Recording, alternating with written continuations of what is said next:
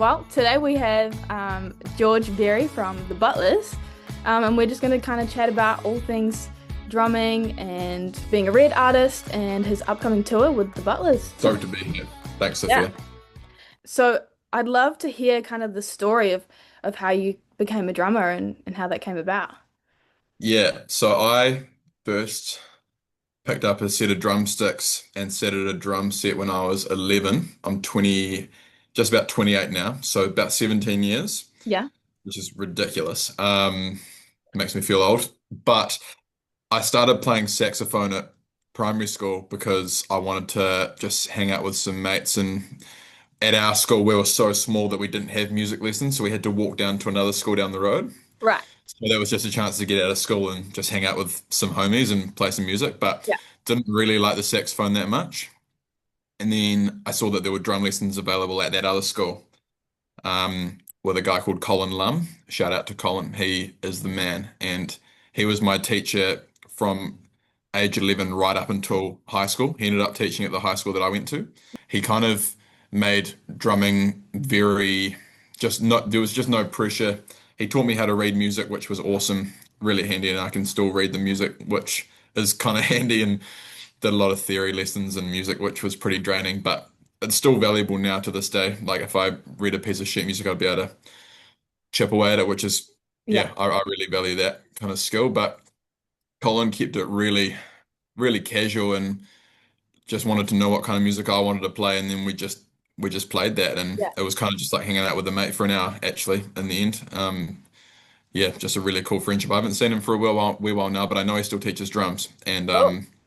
yeah, yeah, it's from there. For me, um, I'm always like I've definitely got ADHD, and like for me, drumming's kind of like one of those things.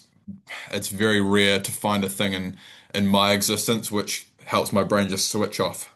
Yeah. And drumming is that for me because you're doing 100 things at once. Yeah. Um, but when I'm drumming and singing or just drumming, um, I'm not really thinking about anything else. Maybe Mm. about my kids and my family, but Yeah. that's really about it, to be honest. Yeah. Like, whereas when I'm at work, I'm thinking about 3 billion things, but drumming, it's just this kind of this hour or however long you're playing of just peace, and just stillness, Yeah. despite not being still.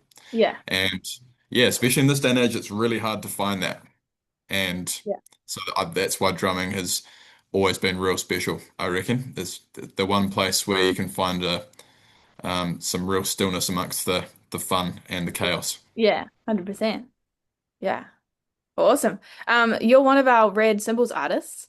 How did Mhm. that relationship start?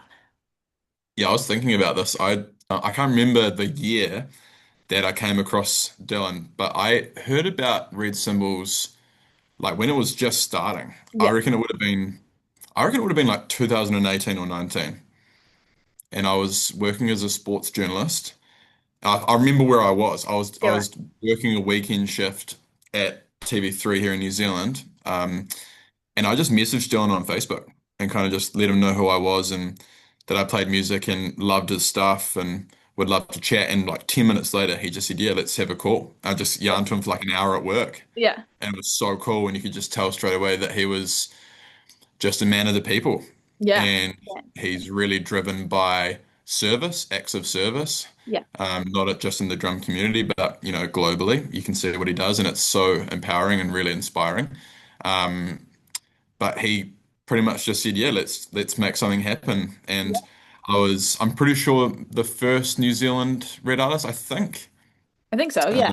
Yeah, which is awesome. Yeah.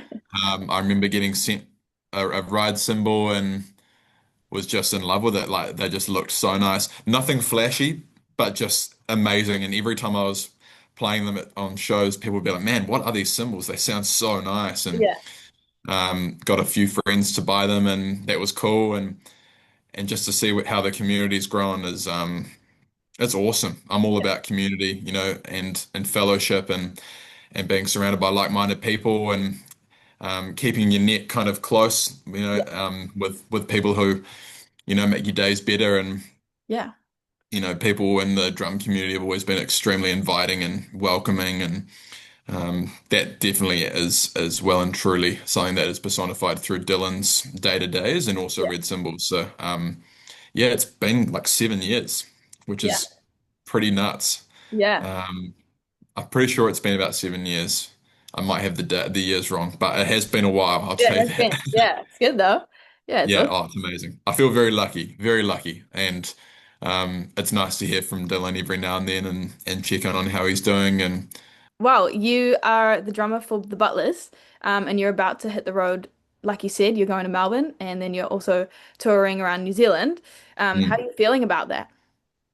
yeah, feeling really excited. Yeah. Um, so I think this is our eighth or ninth year as a band, and um, it's been really interesting this year in particular to kind of see as we're getting a bit older and we have like myself, I've got two kids, our bass player's got two kids, Yeah. our lead singer's bought a house up north in Taranaki and our lead guitarist has been traveling for most of the year. He's actually back tomorrow, but it's really interesting seeing where the band fits into everyone's lives Yeah. as life goes on. Um, when we were younger and we had no responsibilities, music was everything we wanted to Yeah. do, and Yeah. to a degree it still is, but it threads around a lot of other elements of our lives. Um, so I think this tour, I'm feeling quite differently about it to how I felt about other tours. I'm feeling like it's going to be really nice just to be with my mates Yeah. and playing music, which it always is, but I think more so this year because I haven't really seen Brad or Walt much this year. I've seen Geordie a lot, which is awesome. But just being able to hang out and like I'm reminding myself like how cool it is that we can just travel and play music and Yeah. hang out with your good mates, Yeah. regardless of who's there or what the occasion is. I just think it's a really cool opportunity and yeah, just feel really lucky actually just to just hang out with mates and play music. So I'm Yeah. feeling excited. It's always good to get over to Aussie and play shows over there. And then obviously playing in the main centres in New Zealand and also getting to Tauranga and to New Plymouth as well at the Yeah. end. So yeah, really excited actually. We've got some new songs to play and yeah, feeling good, feeling really good actually. Yeah. It sounds like the dream, essentially. Like it's like Yeah, a I mean, reunion every time, you know? yeah, like it's just cool to have that as part of life, you know. Yeah. And it does feel. I mean, I could talk about this for hours because I love talking about my kids, but having kids now and then being away from them sucks. But Yeah. feels like the shows have just like even more purpose as I go away on tour with the kids at home. I Yeah. haven't been away since our second was born, but being away last year when Freddie was at home with my wife, it's like, man, like can't wait to go home, but I'm just gonna like try and just make the most Yeah. of playing like a really good show and just yeah, making the absolute most of the opportunities to play. And yeah, there's just more purpose added to it. Yeah. You'll hear that from parents when they become, new parents. But yeah, more so when you're on tour, I reckon. Yeah. I guess it It's gives you cool. more perspective as well of like, Yep. you know, Yeah, I'm it doing this does. for a Absolutely. reason and I'm going home, you know, Totally. you know. Totally. You want to go home and feel like you made the most of all the shows, you know? Yeah. And that's what my wife says as well. You make the most of the time over there and which is awesome. And yeah, so it's exciting. It's really Yeah. exciting. I was wondering, do you have a practice routine or like a pre-show ritual? I wish I had a routine. Yeah. As I mentioned before, my mind goes to a billion different places, Yeah. but I play to a click in my ears, and that's kind of only been something I've really stayed strict on for the last two or three tours, I reckon. Yeah. Before that, it was just fast and loose. But when I got the click in for our last album we released in 2021. Oh no, so it has been a while actually. Yeah, played a click for maybe the last three or four tours, but I could tell that the band played way better when we Yeah. have click. I'm the only one that plays to it. The others just go off what I'm playing, Mhm. timing wise.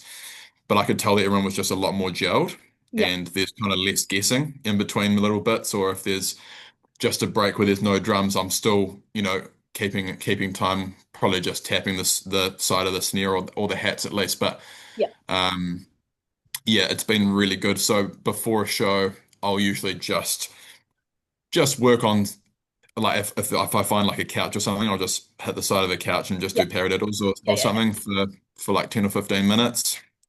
Work on some double strokes and stuff just to various clicks that are in the set list. But yeah, other than that, I just try to keep it really, really casual actually. yeah. Um, I'll be doing a lot more stretching this time because I'm getting older Nice. and I need a stretch.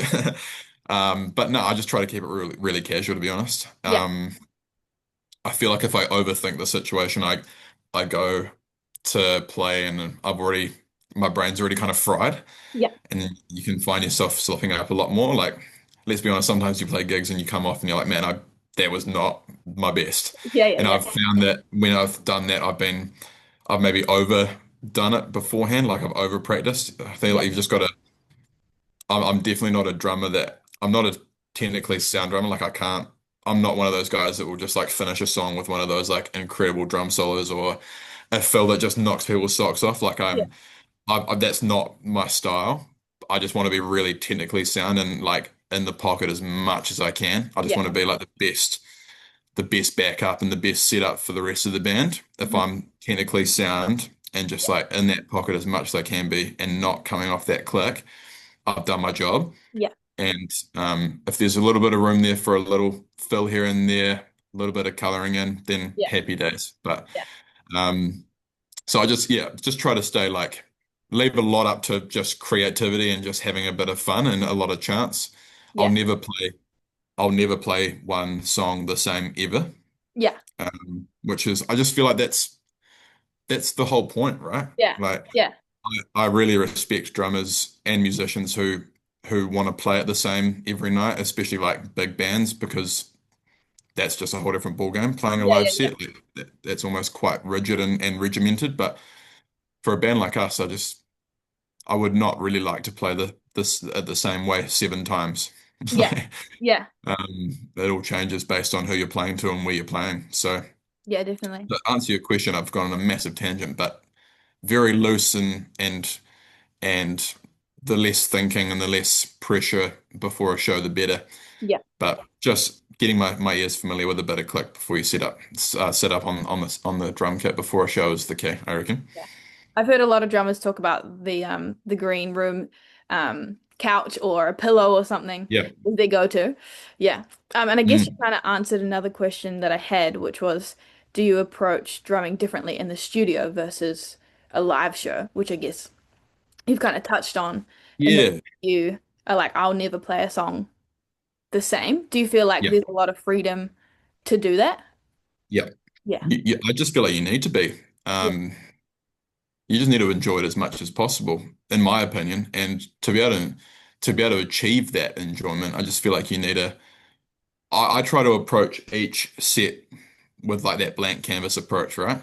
Like Yeah. all the work is done and like the Yeah. studio work's done and that's kind of your framework, but you should approach it differently each time. Like um that's gonna for me that's where I get maximum enjoyment. But Mm. that studio versus live setting is such an interesting conversation, eh? Yeah. We've always I feel like up until our last kind of 4 or 5, maybe four single releases, we've always struggled with that studio environment because we are definitely like a predominantly live band, and um, we've always kind of struggled to find ourselves being comfortable in a studio. It Mm. felt quite, um, it felt kind of like the creativity juices were being constricted a little bit. Right. But from 2 years ago, we started recording out of our practice space, which is a single garage, which we Yeah. converted into like a soundproof That's space. We cool. just call it we just call it the unit. Yeah. And we found a producer here in Christchurch called Liam Crawford, who's just an absolute gun. He's 21, and he brought all his stuff to the unit, and it was absolutely like pouring down with rain one night, and we recorded one of our singles, and you can hear the rain in the background on the tin roof. Yeah. But the drum sound, like I've never been happy with the drum sound like from a studio, and it was Yeah. just from our single garage, and that has really made things a lot more comfortable because Mm. that's our space, like that's Yeah. our little spiritual home for making music, and that's where a lot of our songs have come from. So to Yeah. be able to record from there now has like been a massive game changer. Yeah. Um, and we've got about like 6 or 7 songs in the can that we're releasing over the next kind of like 6 to 12 months. And we recorded all those in a day. Like I just tracked those in a day. That's so cool. Yeah, because it Yeah. just felt so comfortable and easy. We Yeah. just went from one track to the other, and I'm not fussy on where mics go on the drums. Like I actually, to be honest, I couldn't care less about that stuff. Yeah. Um, I really try to keep it minimalistic. I tried a few years ago to do the Tame Impala Kevin Parker idea about like the snare drum halfway between the top and the bottom of the snare and like putting a room mic 3 meters away and Yeah. like nah like if you can hear it coming through your headphones, man, like that's cool. Like we'll Yeah. we'll Great. fix it in post. Like Yeah. I'm really not fussy. I just as long as the kick's punchy, Yeah. um, we can fix it in post, to be Yeah. honest. Like I just want it to feel like home and the less artificial, the better. Yeah. Yeah. And like you were saying about the like hearing the rain on the tin roof, it just sounds authentic. Like it just sounds Yeah. like I was there when I was in the unit while Yeah. you guys were doing it. Yeah. That's such a Yeah. good sound. Yeah. No, totally. Like that's it just really suits us a lot more being Yeah. able to record in our own environment, like I said, and but also, like you say, having some really raw elements in there. Like I think I even dropped a stick in one song or something, and you can hear that. Like I just that's all part of it, Yeah. like that's how it should be. We want people to be able to listen to our music, but also really understand like who we are and our identity. Um, we don't want to be like a different band studio and then just live be ourselves. Like we want to be Yeah. ourselves in both elements. And I feel like we've definitely achieved that in the last couple of years, having Yeah. that change, which has been awesome. Yeah. 100%. You've mentioned that you've got some new songs coming out. Cannonballs come out. Um, Mm. what can you tell us about the one that is coming out on Friday? Yeah, so it's called Beyond the Block Wall. We've been playing that for nearly 4 years, Crazy. which is quite unlike us. Usually we'd like think of a song and within 6 months it's recorded and then within like 12 months I reckon it's released or Yeah. yeah. Um, so yeah, it's a the Cannonball in this one are like tempo wise pretty similar and mood wise real similar, like quite jovial, quite upbeat. Yeah. Um, but yeah, Walt, our lead singer, wrote it years ago, just about it's quite a similar thing we've had in a lot of songs, just that classic 9 to 5, working the 9 to 5, the Yeah. grind. Um, he's worked a lot of kind of 9 to 5s in the trades and wrote a lot of his songs on the Smokos and stuff. But Yeah. um, I just love these songs. Like they're really good to open a set with, I reckon. I've Yeah. said to the boys like we need to open the set with these two new ones because it just sets the tone. Real good energy. Yeah. Um, but yeah, it's coming out in 2 days, which is really cool. And our goal is to release a new single every 6 weeks until we've run out of singles, Awesome. which I think will take us to maybe this time next year, I reckon. Yeah. Um, so yeah, in terms of the new song, it's upbeat, it's awesome. We recorded the music video in our local fish and chip shop in Sumner. We That's so just cool. hit up the owner called Jimmy and said we were keen to spend like an hour or so in there, and we were there for probably about an hour. We kept it pretty quick. That's Played pretty the song crazy. through a couple of times, and he was loving it. He features pretty heavily in there because he was just into it. Yeah. Um, so no, it's cool. It's very us, like I was saying with the recording studio stuff. Like we just want to keep it real organic and raw, and there's no flashy stuff. It's just us in a fish and chip shop, Yeah. like, and that's who we are. So it definitely speaks and visually tells a story that kind of rings true to who we are, which is what it's all about. Yeah. 100%. Yeah. Well, that's awesome. Mm, Yeah.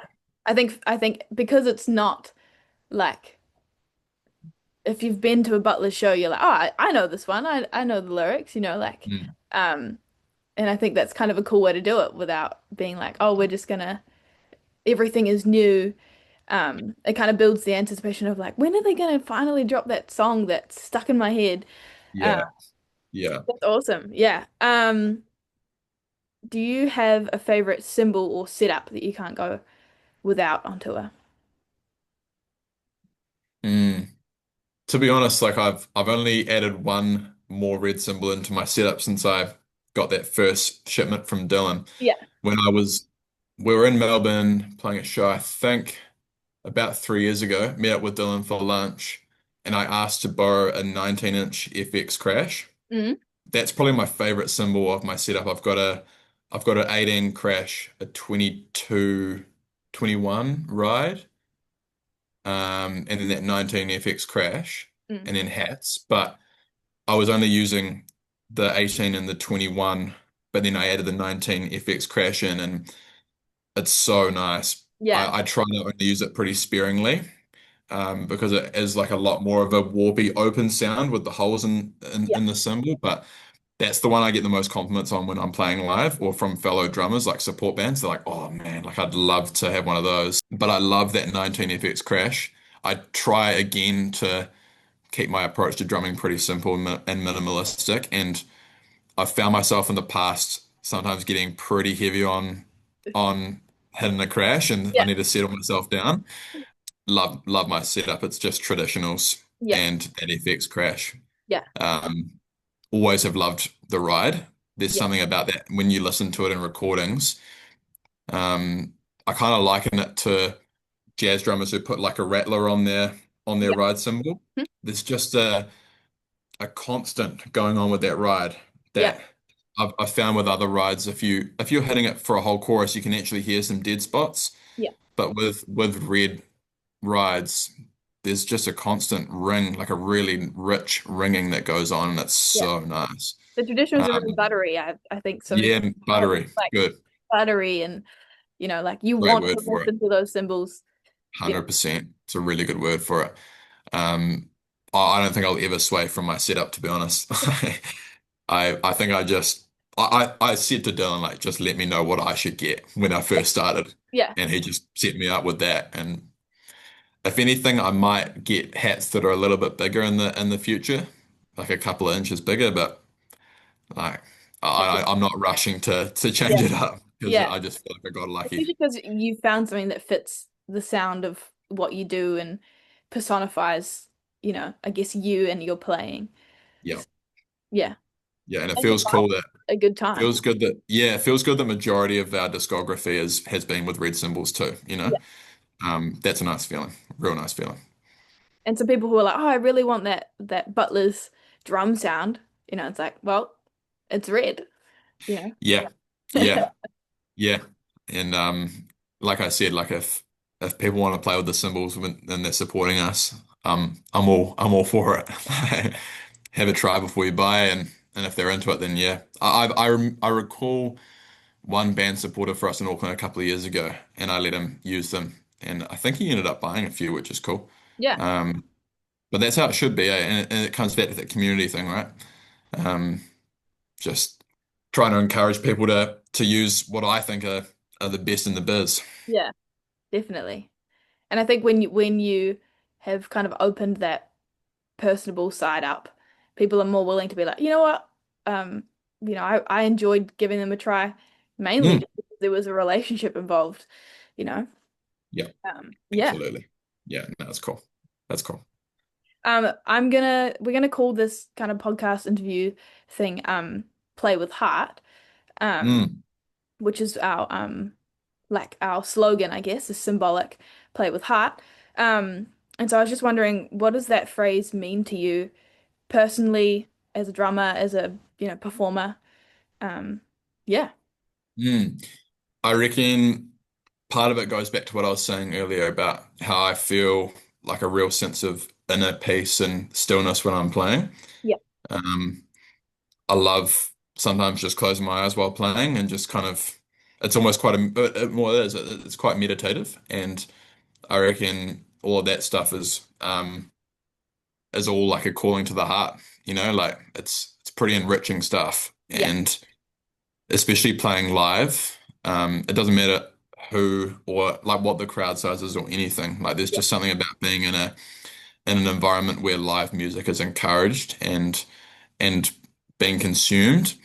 Um, where like how could that not be empowering Yeah. for the heart, for the soul?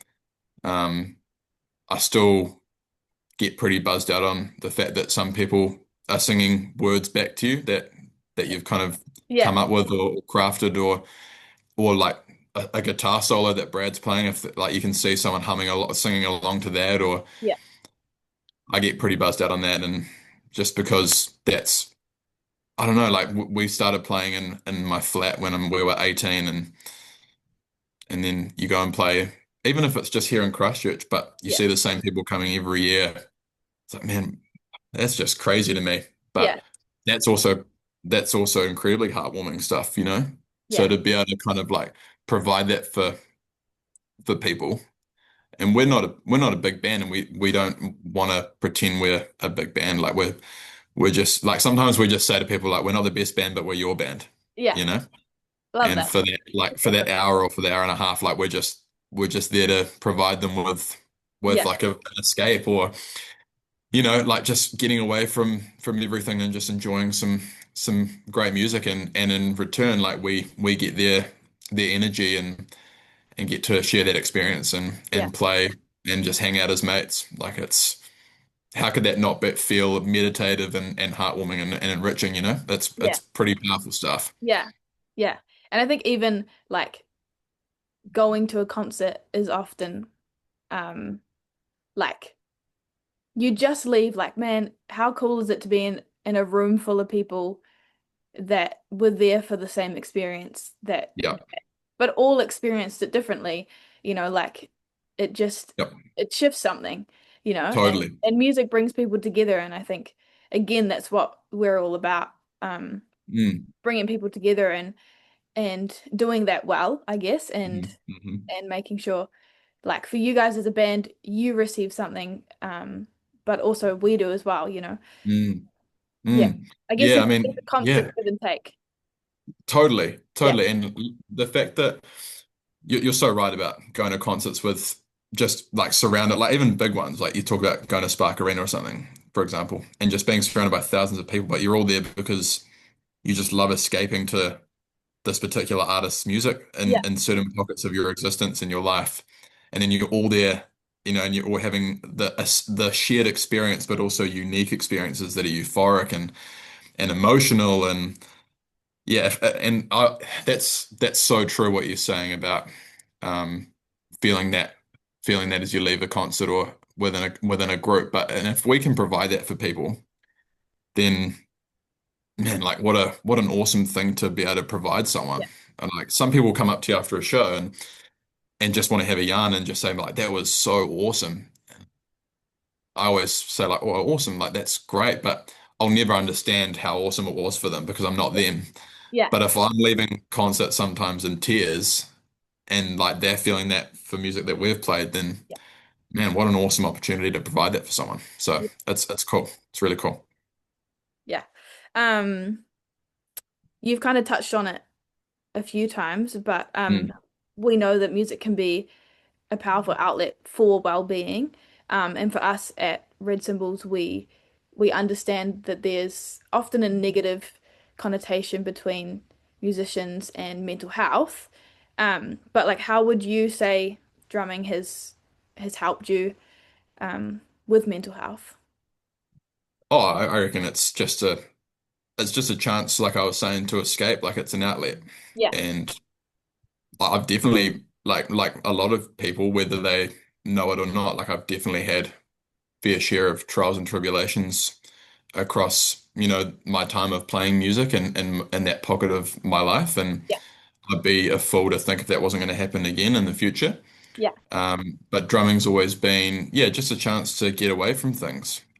And without fault, it's always that feeling of meditative, stillness, like I've mentioned. And if that's a way to find that when I need it most, then yeah, like it's there. And how cool is that? Like there's only a few things that I find really do that for me. It's, family time, running or reading, and then playing drums, Yeah. and I shouldn't really like I would encourage people to find those things and lean on them, Yeah. and don't have like hundreds of things. I think just find like your core few amount of things that do it for you Yeah. would be my advice. But to be completely honest, like the last couple of years, I've had some ups and downs for sure. Like lost my dad, Yeah. and found myself not really enjoying playing music for a while after that. we were on tour. We were actually about to play our first show of the tour last year when he passed, so I flew home and then I played shows like a couple of weeks after, and that was probably a bit too soon, but I was trying to play to feel that escape and Yeah, feel that meditative state, but hadn't really addressed a lot of things within myself about what had happened and processed things. So I look back on that, and there's always things to work on in your life, and that's something I probably wouldn't do again. But it happened, and you yeah, learn from it, right? yeah, But I think, um, yeah, I just didn't really feel like I wanted to play for a good few months there. But then when I got back to it, I was like, ah, okay, this feels like home again, you yeah, know? And I think not feeling like you have to be forced to do something like play drums because you're a drummer, you know, like yeah, if you need to step away to feel like it's an enjoyable thing for you again, then you just need to do that. yeah, yeah, Um, especially if you're going to be playing shows live. Like if I was forcing myself to go and play for a few months there, I can guarantee you I wouldn't have been enjoying this tour coming up. But yeah, because I had that few months away and I'm in a better space now to actually enjoy the creative process and the outlet, then I know I will enjoy it a lot more because I'm just not taking it for granted. yeah, totally. And Mm. yeah, I think it's encouraging to hear like it's okay to not enjoy something that you thought you enjoyed.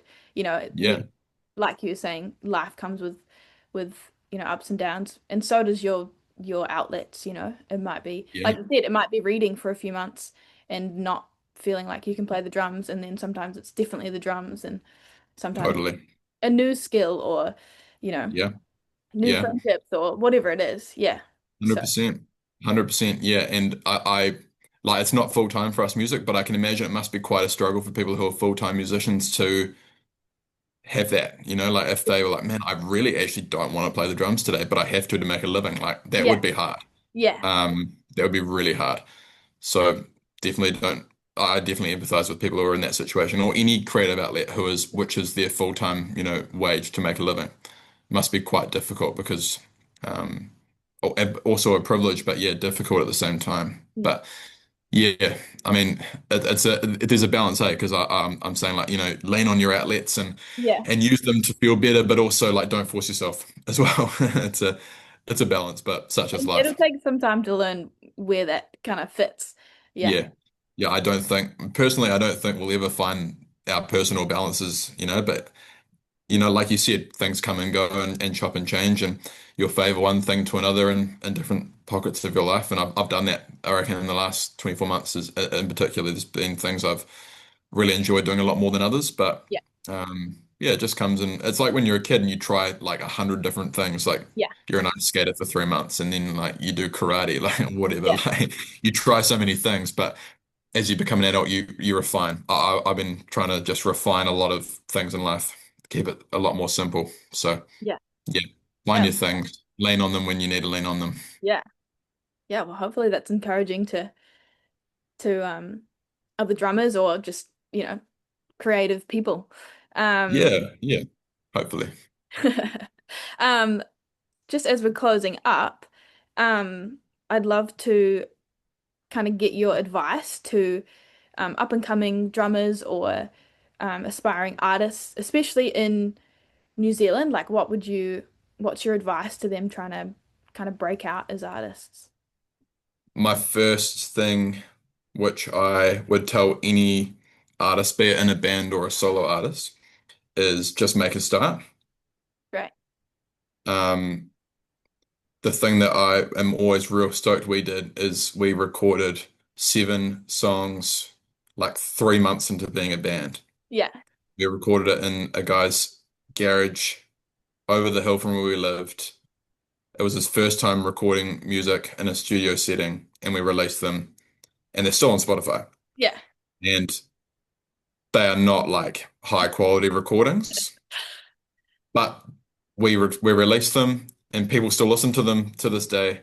Yeah. And we had songs, and then we just started playing live shows. Like within 3 months, I think, and we talk about it a lot in the band, like, or I talk a lot about it with Geordie in particular. I'm so glad we just made a start and we didn't care. Yeah. I think, especially with like the image of of how you're kind of viewed over social media and stuff, and you Yeah. want things to be perfect. And I get it. Like it's so important for especially for solo artists. I feel like it would be harder to just make that start and be happy Yeah. with what's being shown online or on just to people. Yeah. I think you just got to make a start, Yeah. would be my first thing. Don't Yeah. worry about how the song sounds because you could go back and do it 100 different times. Like find a spot that you're happy with that song or with that EP or with that live set and just start Yeah. because you're only going to get better. Like the song's 100%. only going to get better when you play live. The next single's only going to be better than the last one Yeah. because you're going to 100%. learn so much. Yeah. Um, that would be my really simple but Yeah. effective advice. I'm so glad we just started Yeah. because we probably wouldn't have released something for 3 years and Yeah. then who knows where we'd be, you know? Yeah. Awesome. Um, yeah, that would be my first thing. Probably my only thing to be honest. Yeah. Just make it start.